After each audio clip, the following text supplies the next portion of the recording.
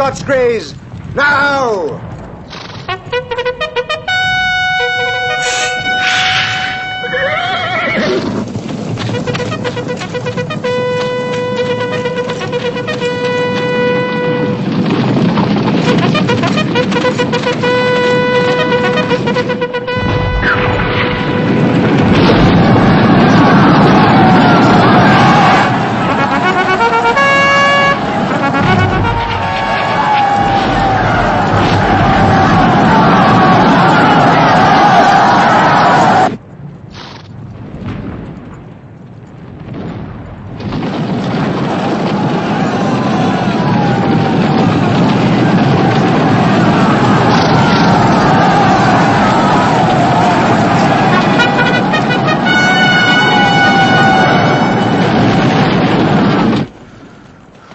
Those men on grey horses are terrifying. They are the noblest cavalry in Europe and the worst led. That may be. That may be. But we'll match them with our lancers.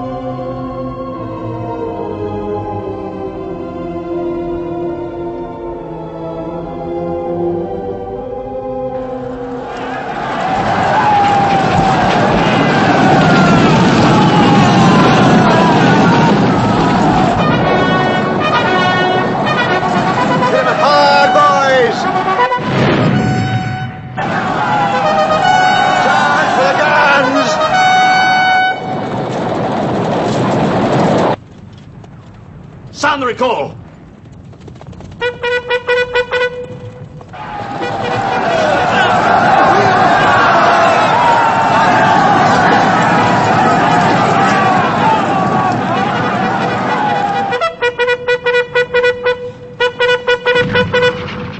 Stop that useless noise!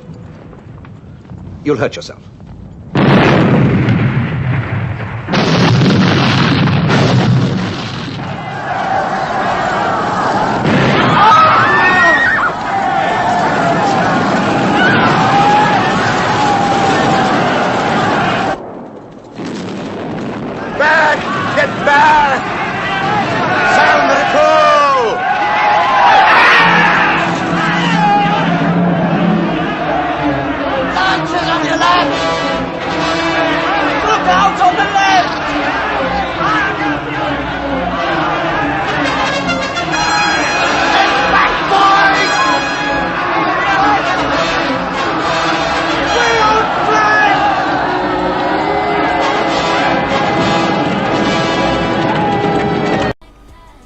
Hey everyone, it's me again, and we're gonna do another chess review.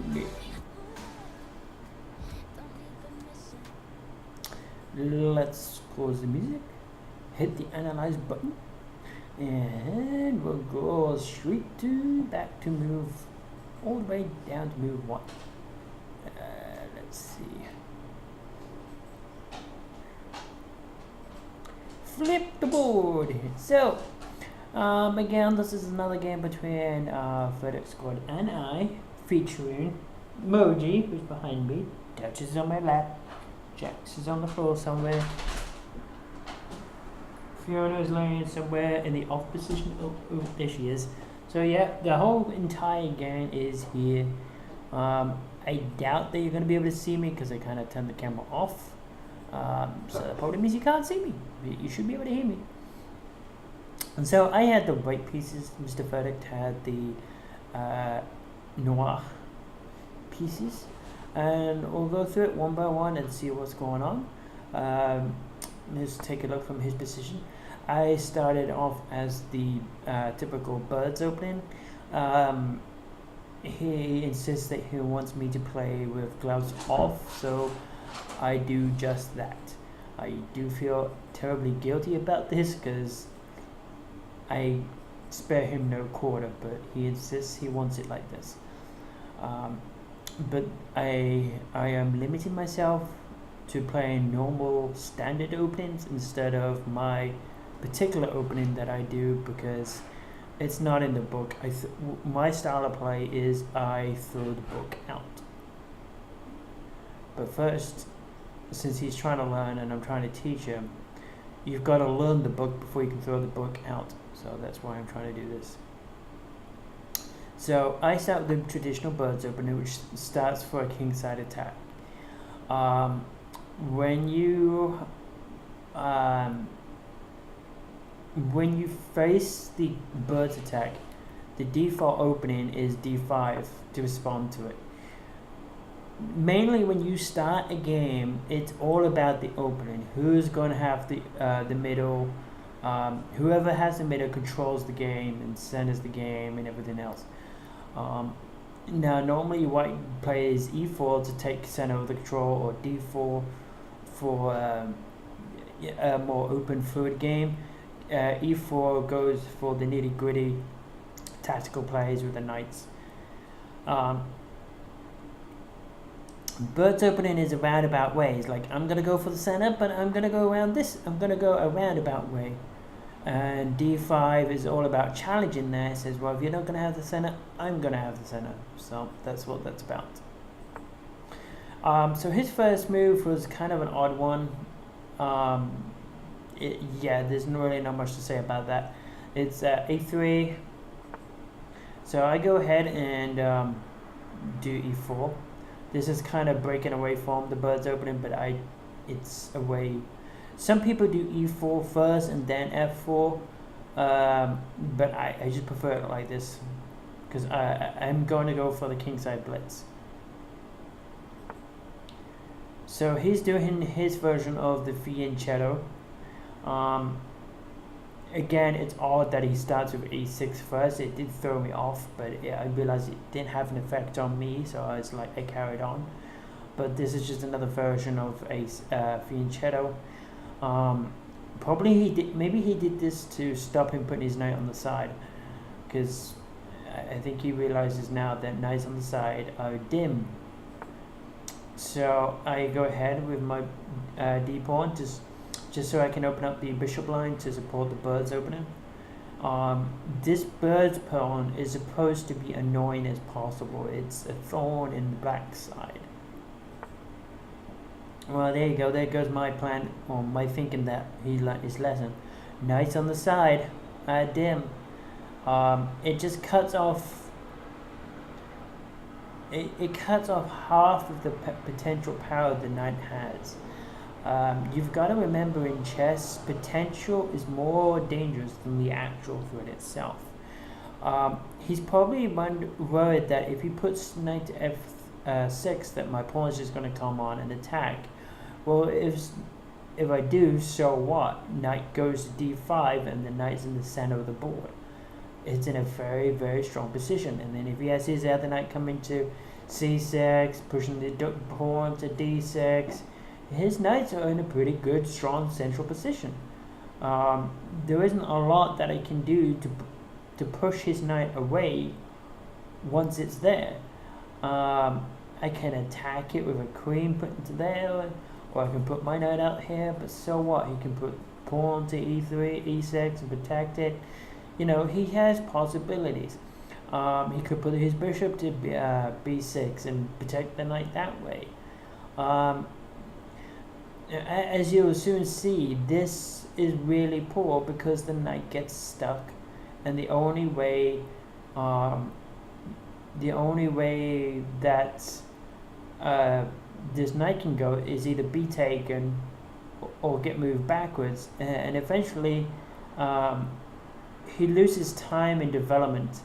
Black is responding to white, so you already have lost the move. You move behind responding, and so you don't really want to mess around with developing.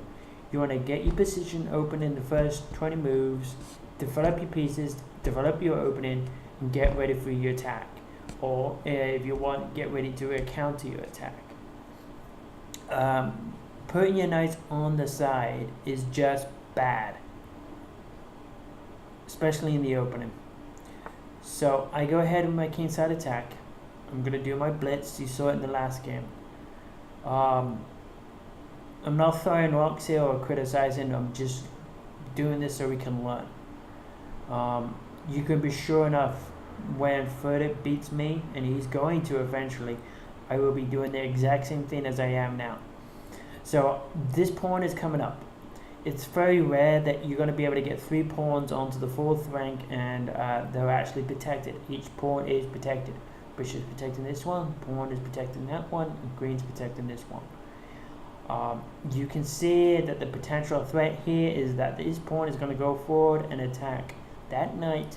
The knight can't go forward here or there because it would be taken by the queen or the pawn. So he's coming out here. He sees the potential threat of queen to h4 to give a check. Although I don't know why he could have just done e4. Sorry, e5. E5 would have been just as strong. Yes, it looks like you're giving up a pawn, but first it's position. White's got double pawns in the center. It's got a hole open up here. Black can do the check. White has to respond to this. There's nothing that he can put in the way to block. So king either goes to... king doesn't want to go to e2 because queen takes pawn, and it's just as bad. So we'll go ahead and go here. Now it's really up to you. I personally would continue the attack and get this knight off the side and put the knight to attack. This way we've got a fork being threatened here. Knight to f2, attacking the queen and rook, so the rook's probably going to lose. You know, this gives black so much more possibilities, and it stems from just moving that pawn up 2 instead of 1. Even if you're saying black doesn't have to take that, I mean white doesn't have to take that, you're perfectly right. White can go ahead and do this. Again, now black's just got to face out and put the knight back, and then white can either go here, but again black is still in a much better position than it's going to be. You can make up for lost time, get this knight out, or well, personally I would do this side, get the bishop and knight, because this knight's already moved, and it's so the decision when you're facing a king side blitz, when you're facing this yourself, you're going to be under immense pressure to decide what you're going to do. You're going to see that, I mean, the general census is that you want to keep your king side solid. You want all the pawns and the rook around, so when you castle, your king's perfectly safe and nothing's going to get in. So when someone basically, as I say, throughout the book, and comes at you with the kingside pawns, it can be pretty scary. It's like facing a stampede of horses. it's basically it's the charge of the Last Samurai at the end of the Last Samurai movie. So you've got to just when you see a kingside blitz like this, and it ain't gonna happen too often unless you play against me.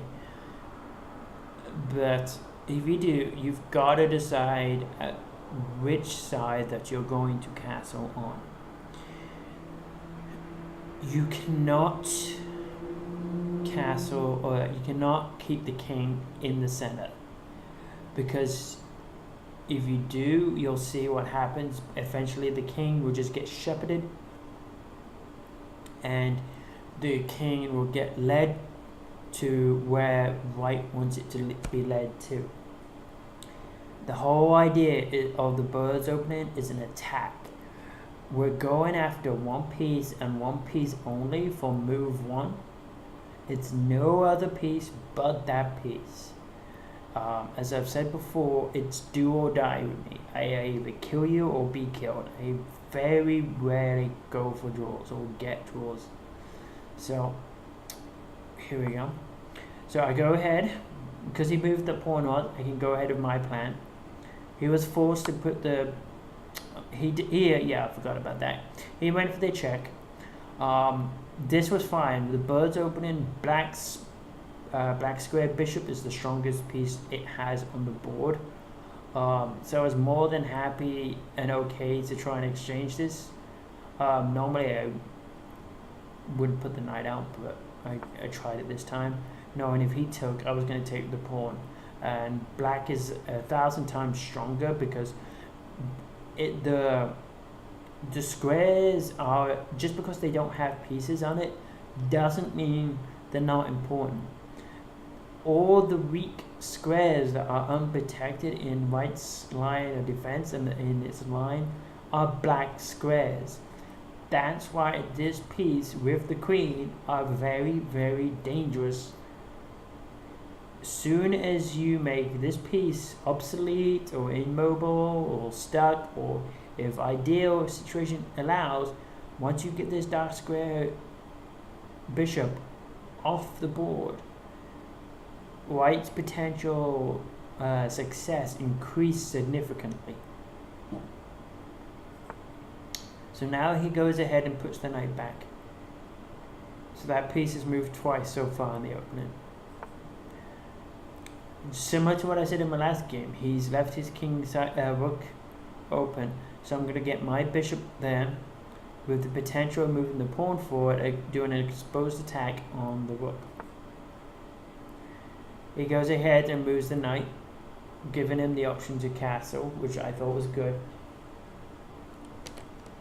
I mean, I understand why he was hesitant to and was actually scared to castle.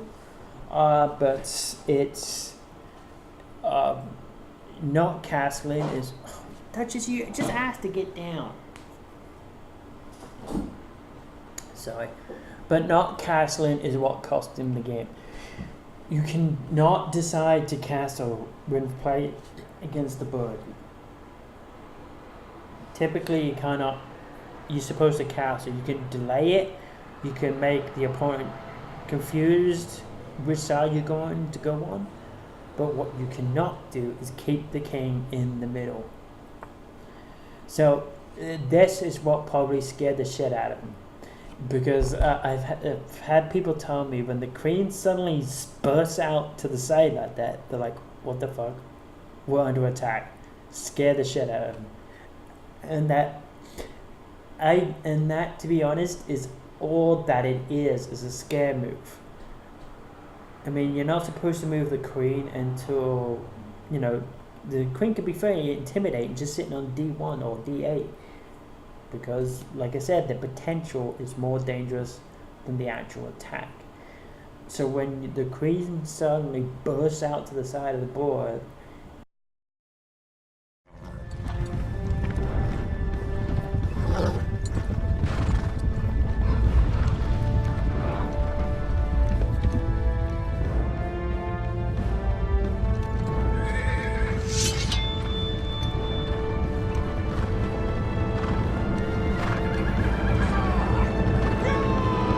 your tendency like, oh my god, what's the attack? What's their plan? Oh my god, I'm in danger.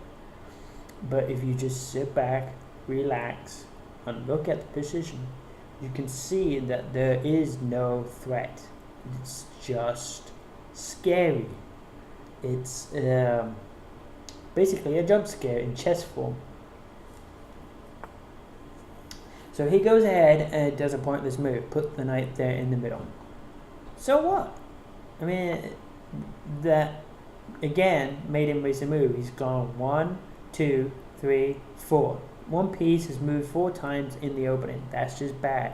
Again, he could have gone ahead and moved the other knight or the bishop, and you know, he had so much potential that he could have done, but again, he was focused where I wanted him to in one section of the board. That goes again to making sure you don't have box vision. Box vision. We got 4 by 4 pieces, 4 by 4 squares again. And you know, he may be worried about the bishop on this diagonal, but it doesn't seem like he's seen it. He's maybe, I mean, there's no other reason why you would put the knight there, other than he was responding to my queen coming there, the jump scare. But so what? If I put my pawn up, nothing happened. Pawn takes pawn.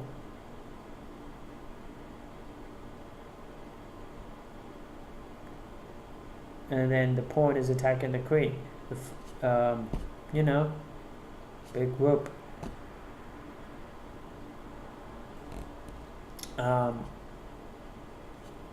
You don't have, just because it's there doesn't mean it's a threat. And also the best way to stop a pawn charge, as I've said before, shove a pawn in it. But that's basically, you got to be careful, because you got to choose which pawns that you actually want to move, because you can't move backwards. And that was, even though this was just a scare move, this was the reason why I wanted to, is to get behind his defense, because I know that he loves his fianchetto pawns. So I was hoping that he would do it, and I can get my queen in behind his defense, and I'm in through the back door, so to speak. But he responded to the jump scare needlessly. So I go ahead and support my line. So now that pawn is protected twice, once by the bird pawn and the rook pawn. This bishop's on the diagonal. See, my pieces are doing stuff. Even though this bishop hasn't technically moved, it's still open and active. This is active. The knight's active. The only piece that's not active is the king's knight and the queen's rook. His pieces is the bishop and the knight and the rook. And this bishop's doing nothing except pinning the knight, but it's doing nothing. If he does anything, it gets taken. It's not doing anything. This knight is basically useless. It's moved 4 times, but it can't go anywhere except backwards to f8 and e7. If it goes to e5 or it takes h4, it gets taken. Yeah, this makes no sense at all. I'm wondering if that was a mistake, if he intended to castle, or if he just felt the pressure of everything coming down the chimney that he decided not to castle queenside.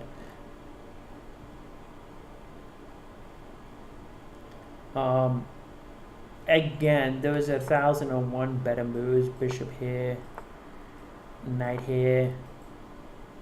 I mean, he did do a good job this time of keeping his pawns together. He listened to about keeping the pawn integrity together. When the pawns are together like this, they're extremely hard to get behind and attack. You need a crowbar, figuratively, to get behind. So yeah, now I put the king forward. Now it allows me to put the pawn up and expose the attack on the rook. I had it there for like how many moves, and he could have put the bishop up there or the knight there, stopped his attack ages ago. Again, I think he suffers a little bit from box vision. He may or may not realize it. But you've got to be able to look at the entire board and see all the pieces, not just the pieces in the section where the activity is going. So he pushes his pawn up. It's too late. Once I pushed the pawn forward, it was too late to put the bishop in the way. But he could have chosen to put the knight there. This just traps his knight and closes in any potential for his bishop. So the correct move probably would have been knight to c6 instead of pawn c6. And then at least then you could put the bishop to b6. This way the rooks would be connected and the queen would be protecting the both rooks. Hell, if you don't even want to do that, now you could have gone to d5.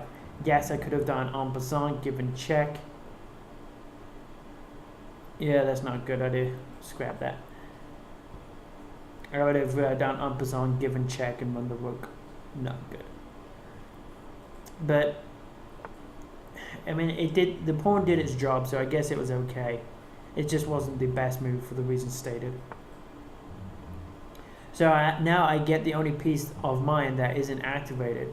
I really wanted to give him a lesson on this game about knights in the center that he wouldn't forget.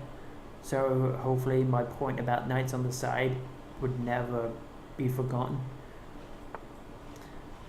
He pushes his rook up, so he's finally getting another piece into the game. You got to remember, it takes 3 pieces to chase down a running king. It takes 3 pieces, a queen and 2 other pieces, a rook and a knight, or 2 rooks. The king on the run takes 3 pieces to catch. So there you go ahead and get my bishop out. And now it looks like I'm going to castle. I could still castle kingside if I wanted, but I can also castle queenside. Maybe I'm keeping him guessing. I doubt it though. So this, let me see if I can switch sides. So this is one more move, I think. Bishop, yeah.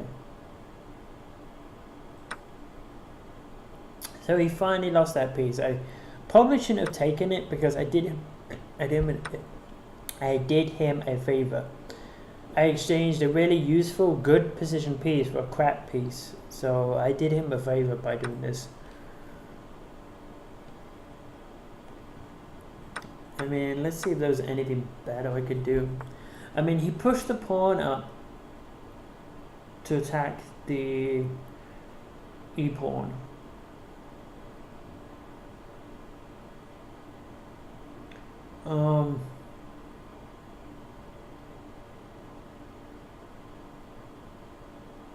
I mean, this was annoying because his knight was basically trapped and useless, and he only had 1 square to go to, but I couldn't take it because the pawn would take the queen. I think this, I mean, maybe I could have just castled here.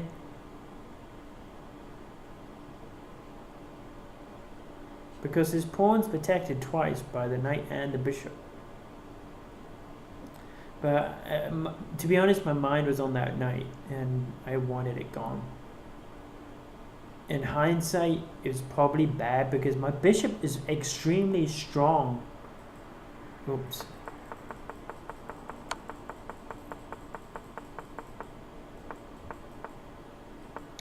My bishop where it is right now is extremely strong compared to that crap knight that can't do anything that's moved 4 times in the opening.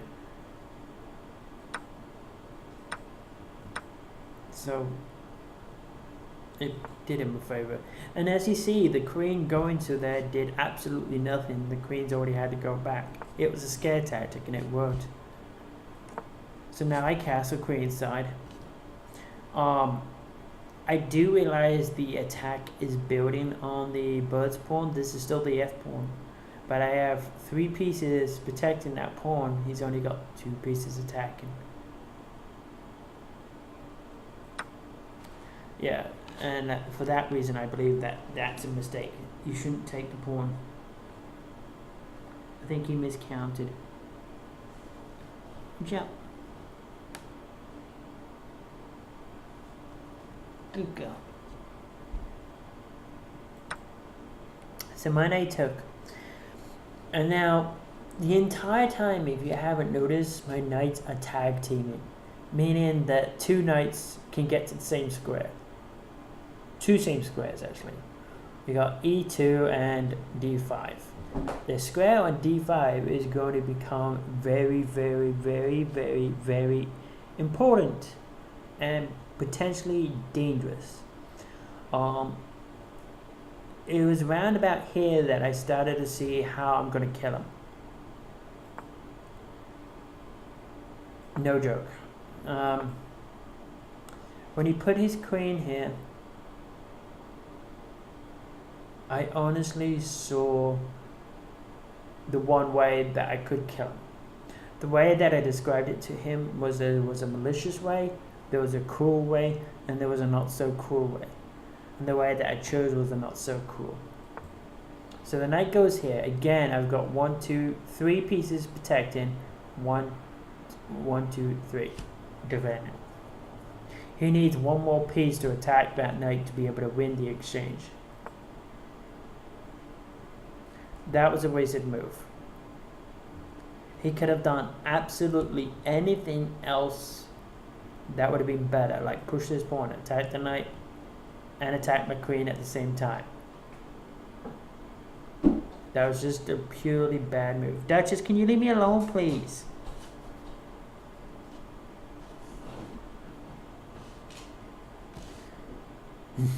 So that allows my... This allows my... that allows my rook to come to E1. And this is where I saw the mate. Once he pushed that pawn up, this is the... I mean, I already saw 2 ways, to be honest. So let me...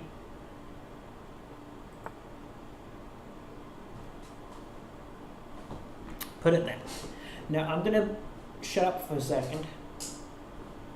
There's 3 potential ways to kill black. And remember, with the bird's opening, the sole objective is the king, nothing else. The malicious way was to show him the importance of knights in the center, a lesson that he wouldn't forget. The other way was like, okay, it's dangerous, but not so bad. And then the way that I did it was not so cool, but it looks cool. But it actually wasn't. It showed him why you don't keep your king in the center, because your king just becomes a sheep and you get shepherded by my queen and my pieces. I made his king come towards my pieces to be mated. You're walking the land to slaughter. So, so it's black's move, so he did this. So let me know, do you see the mate? Or do you see the mates? I almost made a mistake to help you out. I almost put my queen back to G3, but that would have been a horrible move because the knight would become pinned against the queen.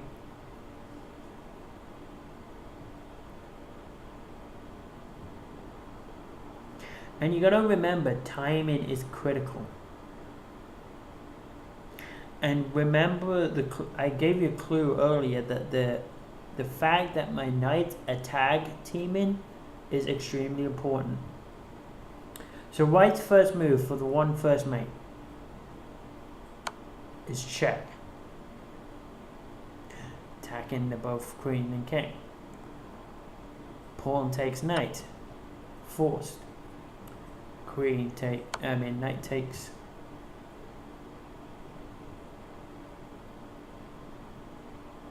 Looks evil, right?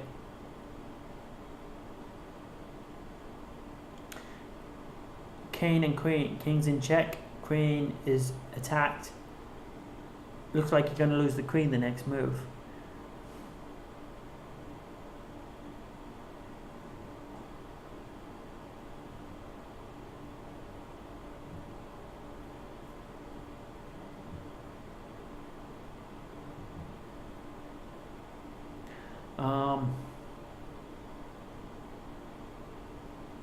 Pawn cannot take the knight because it's pinned against the king by the rook, which is why I put it there in the first place.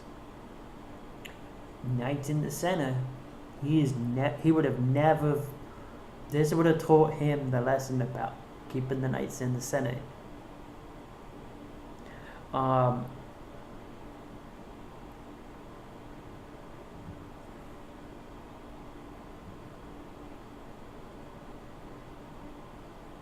So, after this,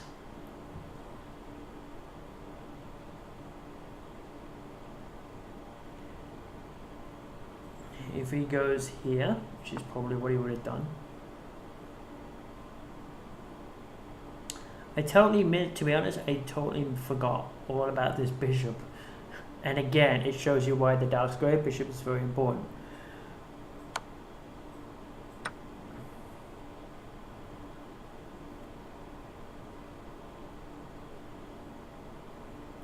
So now I probably would take the knight, the queen. And black's in very good position. But I thought this led to me, and I totally forgot about the bishop. The dark squared bishop is the key defense piece in black's entire side against the birds. Without it, black is fucked. So the other way, which I like because I like doing sacrifices, is rook takes.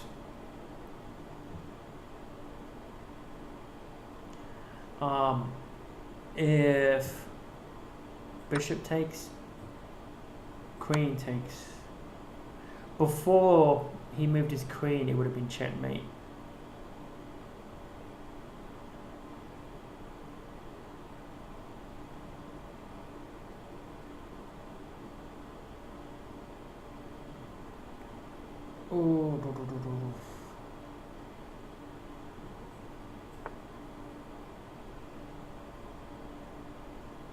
Again, that black bishop saves him.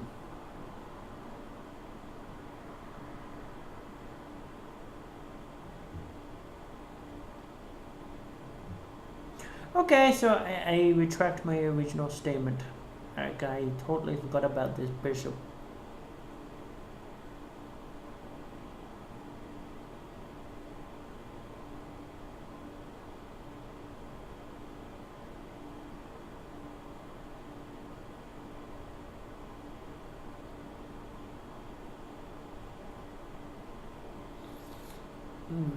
Because now I was going to do, I could do that. No.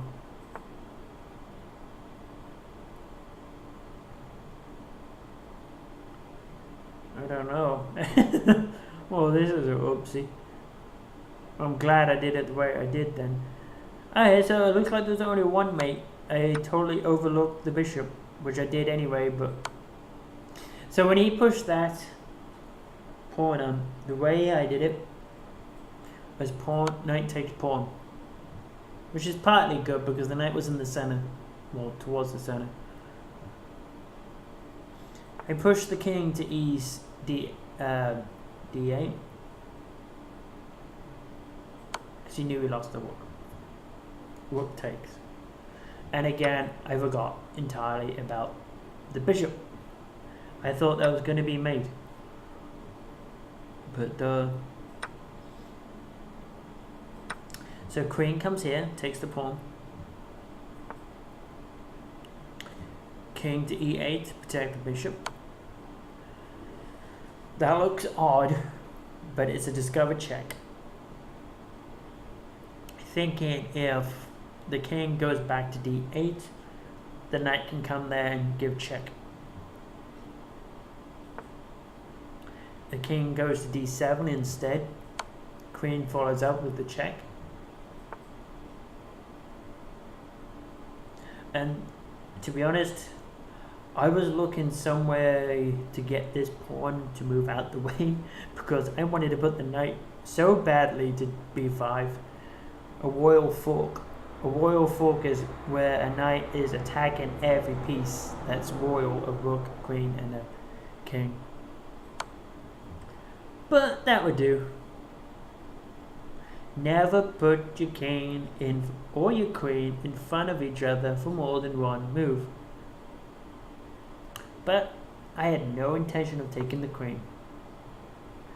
As I said from the start, the king is the main objective of the bird's opening, nothing else. Take. Now, how many of you would take the bishop with your queen?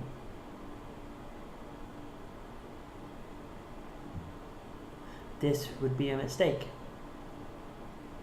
Because if you did, black goes here, and you've lost the chance to mate. You probably take pieces and stuff like this, but this does lead to mate. Pawn forward, just lead the king to your own side, and like I said, it takes 3 pieces to catch your chasing king. 1, 2, 3. Kaboom. Checkmate, checkmate by a pawn. King is trapped. Queen's blocking all those squares. The knight's blocking that square to b5 and a4. It also blocked d5. His pawn's blocking c5. Checkmate by a pawn.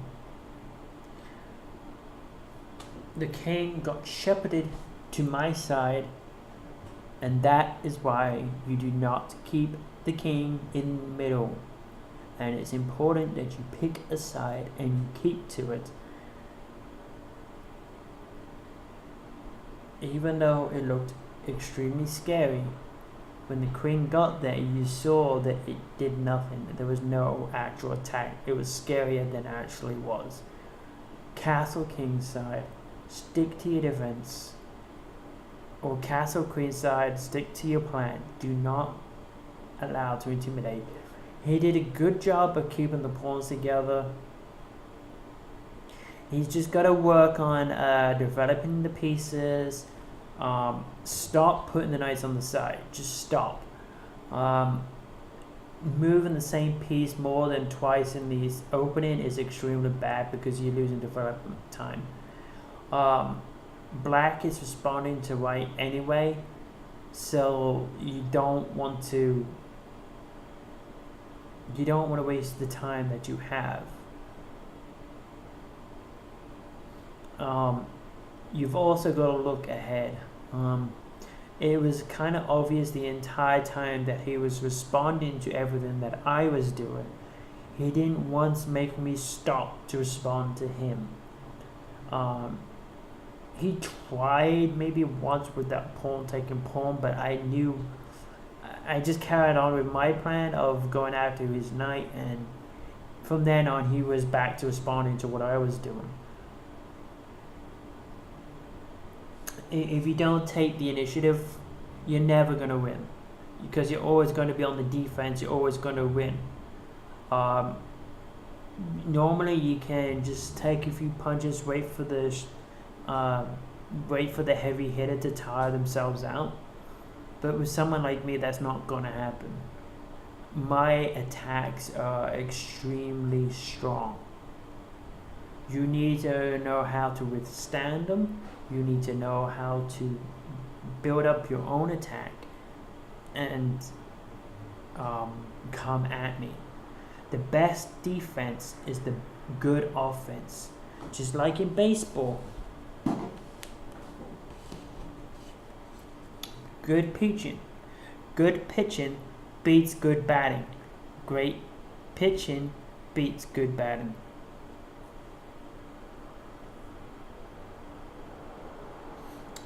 I said that one. Yeah. Good pitching beats good batting. Great pitching beats great batting.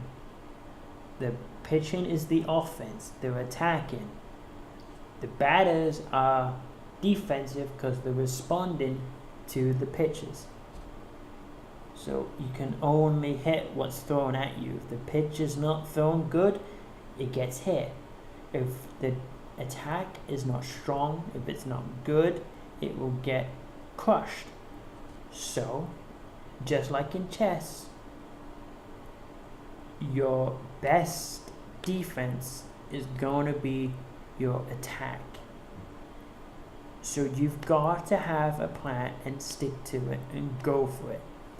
The entire plan of this was going after the Black's king and not stopping.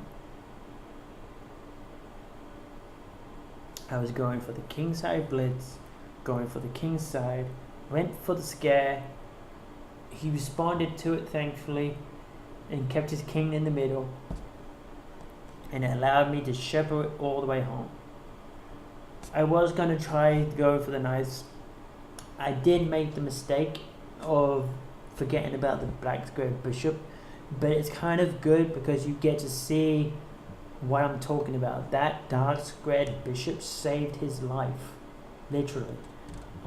Without it, black's line of defense is obsolete. And it's also the main piece that black needs to attack anyone doing the birds opening, because when you do the birds opening for white, the black squared bishop, the black squares are the least protected, the most vulnerable. They're the weakest part of my defense. So that's why white needs to find a way to get that bishop off the board or make it obsolete. Black kind of did that himself by keeping his bishop on b4, and then just look where it ended, all the way back from where it started. You can't, defense is okay, but you can't just keep sitting back and not going for the attack. You have to go for the initiative. If you just keep sitting still, keep sitting back, you're going to get crushed every time. Alright, so that's my review for this game. Hopefully there's going to be many more like it, not just against Verdict, but overall. So I will see you guys next time. I will go ahead and upload this to my chess channel. Thank you.